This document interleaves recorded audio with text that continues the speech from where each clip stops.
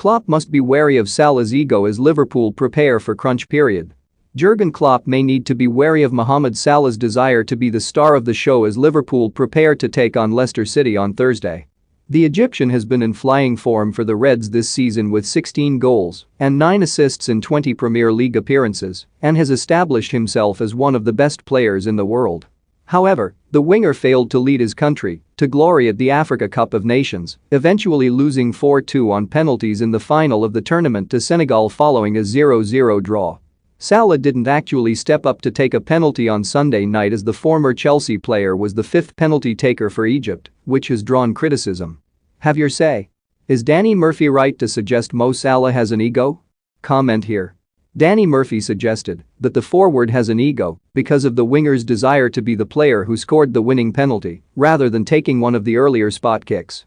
Discussing the decision, the former Liverpool star told TalkSport, "I think ego takes over when you want to take the 5th instead of thinking what is best for the team.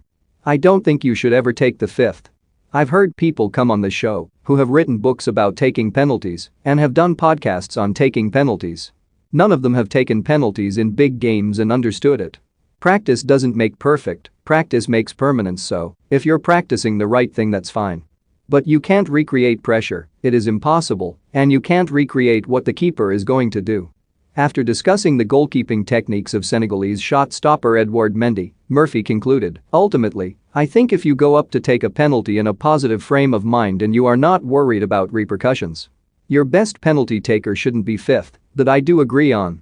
So many times you don't get a 5th penalty. The idea that Salah has an ego is certainly one that Liverpool fans will disagree with, especially given that the ex-Roma star has quickly become a club legend at Anfield over the past few years. But Jurgen Klopp must be aware of how Salah wants to consistently be amongst the action and in the limelight, given that the forward has already returned from the tournament to play against the Foxes later this week." Klopp said, "Mo is now back, I spoke already to him.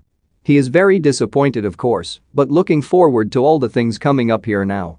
I spoke to him, and pretty much the first thing Mo told me was, 'I'm ready.' Haha. He is an experienced player, he is a physical monster, to be honest, so we have to see. He will obviously have a little recovery session today and we will see how he feels tomorrow, and from there we go."